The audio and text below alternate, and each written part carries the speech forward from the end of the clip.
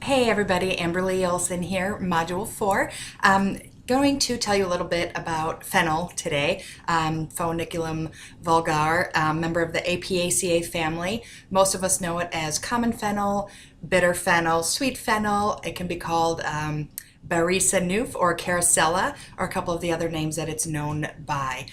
This herb is native to the Mediterranean region, but it is found all throughout North America, also Australia and New Zealand. Most people know fennel as a flavoring agent, specifically mostly for liqueurs. It's also used in some breads and other grains. Used a lot of times with meat and fish dishes, potatoes, and also in a lot of homemade dressings. It is used more in other countries as a culinary additive, I guess, if you will, and countries like India specifically use it to chew on after a meal to kind of calm the stomach and increase digestion. And it's used also in European and other Middle Eastern countries. So in one of these books, I don't know if you've taken Nat 308. If you have, then you have this book. If not, I recommend you just to pick up the book because it is like a food and herb Bible. It's fantastic. So there's many pages of fennel in here. Love this book. Anyways, included in this book, it talks about fennel being highly antioxidant, which for me is great because I'm going to be turning 40 in a couple of months and I'm all about getting rid of the free radicals and trying to maintain some youth over here. So in addition to the free radicals, it's full of phytonutrients and really high levels of vitamin C specifically, but also vitamins A, a lot of the B vitamins, potassium, calcium, magnesium, copper, iron, and phosphorus. So it's just got a plethora of health benefits included in it. I included the link in my write-up, but you can read that. It's really interesting. There was a 2015 study conducted in Ethiopia by a gentleman named Falik and Lamakwa. Hard name to say. Anyways, he did, along with a cohort, a really amazing study and extracted all of the nutrients, the vitamin contents, and the trace minerals in fennel and just found that it was really highly nutritive. It should be used in the daily diet, basically, and very good specifically for women and children and pregnant women specifically. If you look at the study, it's amazing, and it goes on and on. It links into other studies and more research. I kind of got lost in it for quite a few hours, so I really recommend clicking on the link and taking a look at that.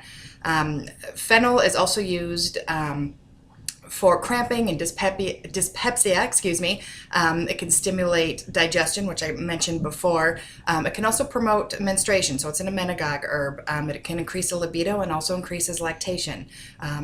I actually made, a couple of years ago, lactation cookies, and I had fennel in them along with fenugreek and some raw cocoa and a whole bunch of other ingredients. And I can't say if the fennel worked specifically or if it was all kind of a synergistic recipe, but it seemed to work really, really well, and they were really good. So if you know of any women that are nursing and struggling or pregnant, look up a recipe with fennel in it and forward that on to them. They may thank you.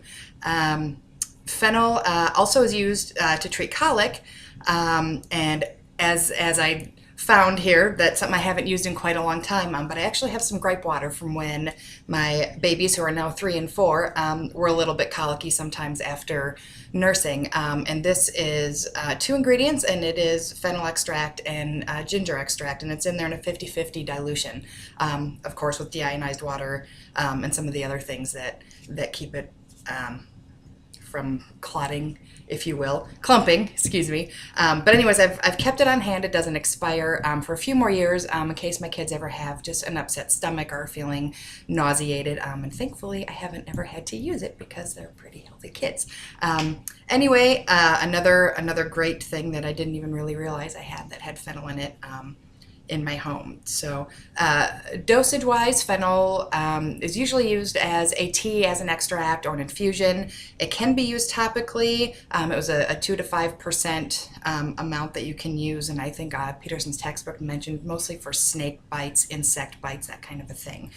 Nutritionally, it can be used daily. It's recommended to be used daily, but again, more as on a food level, not therapeutically. If you're going to use fennel therapeutically, you need to do it under the care of an herbalist or a holistic health practitioner or somebody that can monitor that. If you are under the care of a physician and you are using any blood thinning products like a Coumadin or a warfarin, make sure that you let them know if you're using fennel, and be very cautious if you are, because it can cause hemorrhage, it can cause internal bleeding, which of course would be very bad for you. Other than that, fennel does not carry with it a whole lot of precautions or contraindications. It can cause photodermatitis, so you need to be wary of that as well. If you're using it daily or in a therapeutic level specifically, stay out of the sun, or just minimize your time in the sun. I'm not a huge advocate of commercial sunscreen, so I'm not going to tell you to lather up in that because I don't care for it, but that's a topic for another day. So anyways, I wrote up a lot more of the logistics of fennel in my summary, so please read that. And to those of you that it applies to, I hope you have a wonderful Father's Day and have a great week, everybody. Thank you.